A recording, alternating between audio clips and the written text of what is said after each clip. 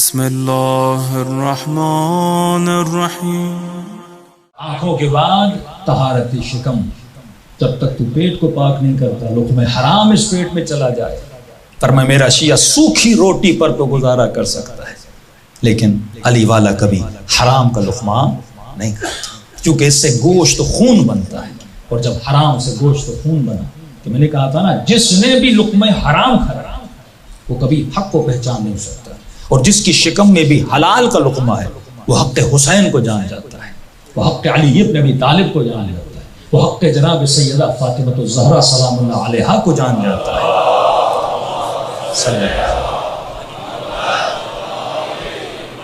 یہ لوگ جب کنورٹ ہو کے مکتب اہل بیت، کیونکہ لقمہ حلال کا اثر ہے، جب حلال کی کمائی ہوتی ہے تو انسان کی روح سے ہدایت کی طرف لے کر جاتی ہے۔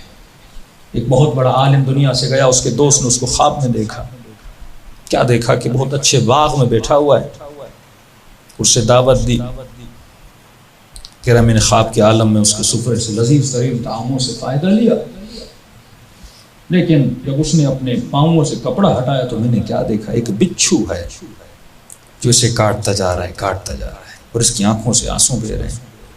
کہ تو اتنا بڑا عالم، بچھو کیا ہے؟ حالانکہ نعمت میں بیٹھا ہوا تھا، لیکن بچھو اسے کاٹے جا رہا تھا، کاٹے جا رہا تھا۔ کہا کہ دنیا میں ایک موچی کے پاس چپل بنانے گیا تھا، ہاں چپل بنائی، پیسے نہیں تھے جیب میں، میں نے کہا کہ میں کل آؤں گا اور آپ کو اس چپل کے پیسے دے دوں گا، لیکن کل تو آئی نہیں، گھر گیا اور وہیں موت آ گئی، اور اس موچی کو ابھی تک پیسے نہیں ملے، اسی کی سزا میں یہ بچھو مجھے کاٹ رہا ہے، تو جب اٹھو تو جا کر میرا قرضہ ادا کر دینا۔ یہ نیند سے اٹھتا ہے، فوراً اس موچی کے پاس جاتے، کہا فلاں عالم کو جانتے ہو؟ کہاں جانتا ہوں۔ کہا اس نے کوئی قرضہ تھا، آپ کو پیسے دینے تھے؟ کہاں، چپل بنوائی تھی، میرے پیسے مجھے نہیں دیے، اور پتہ چلا مر گیا، میں اس کے جنازے پہ گیا، بیٹے سے پوچھا کہ باپ کوئی وصیت کر کے گیا تھا کہ فلاں فلاں کو پکانی؟ بابا نے کوئی ایسی وصیت نہیں۔ میں نے کہا یہ کیسا عالم ہے، سر پہ امامہ لباس سے امام پہنا ہوا ہے اور اتنی بھی پرواہ نہیں کہ وصیت کر کے بھی نہیں گیا کہ فلاں کو پیسے دینے۔ کہا میں نے نہیں بخشا، میں نے کہا یہ عالم صحیح نہیں ہے، کہ آپ اس سے راضی ہو جائیں، یہ اس کے پیسے ہیں۔ پھر خواب کے عالم میں دیکھا کہ وہ بچھو کیا ہو چکا تھا، ہٹ چکا تھا۔ عربی بارات میں ایک درہم بھی اگر کسی کا کھاتے ہو، سنگل پینی بھی اگر کسی کی لیتے ہو، 100 تمہاری نیکیاں ختم ہو جاتی ہیں۔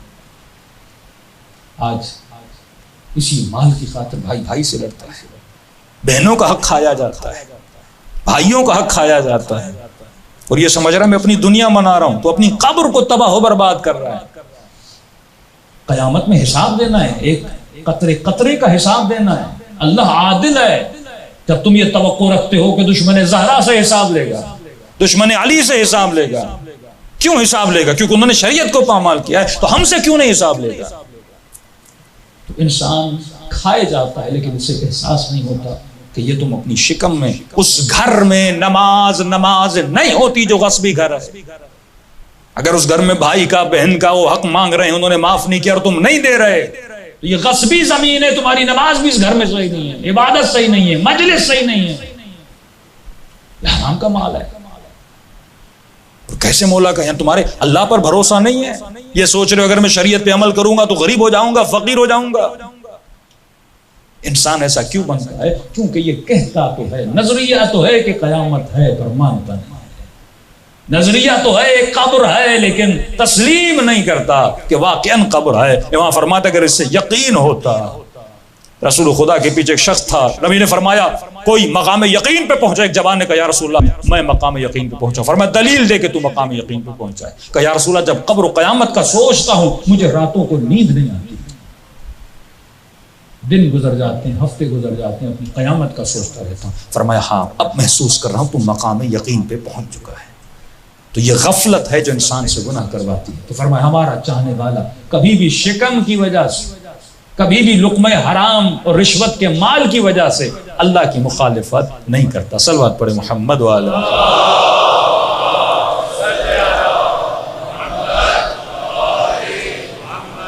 صرف گزرا اشارے کرتے ہوئے جا رہا ہوں، کیونکہ ٹاپک میں صرف لقمہ حرام پہ 4-5 مجلسیں ہو سکتی ہیں، لیکن صرف اشارہ کر رہا ہوں، وہ آپ جا کر آغا دستغیب کی کتابیں پڑھیں کہ کون کون سی چیزیں لقمہ حرام کا سبب بنتی ہیں۔